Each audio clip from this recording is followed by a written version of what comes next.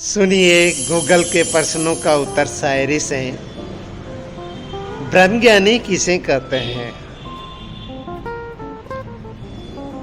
शेर है, शेर से जवाब दे रहा हूं। आत्मा परमात्मा का भेद जाने, आत्मा परमात्मा का भेद जाने, परमात्मा में रमा रहे उसे ब्रह्मज्ञानी कहते हैं। आत्मा परमात्मा का भेद जाने, परमात्मा में रमा रहे उसे ब्रह्मज्ञानी कहते हैं। इनको न समझे सो नर प्रोपेगंडा रचते रहते हैं, प्रोपेगंडा रचते रहते हैं।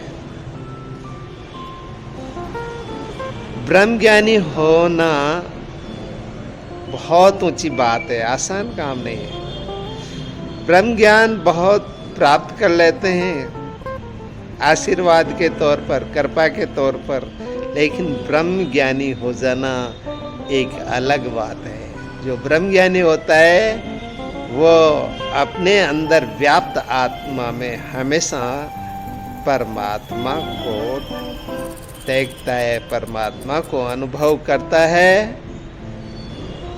ब्रह्म ज्ञानी के गुणों की महिमा कोई कम नहीं है, क्योंकि ब्रह्म ज्ञानी आप परमेश्वर ईश्वर में और ब्रह्म ज्ञानी में कोई भेद नहीं होता है।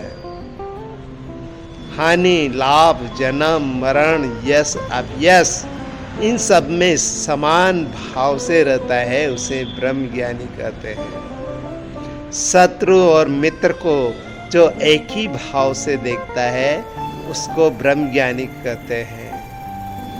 जो सांसारिक गतिविधियों से चलायमान नहीं होता, जो इंद्रिय के विषयों से चलायमान नहीं होता, उसको ब्रह्म ज्ञानी कहते हैं।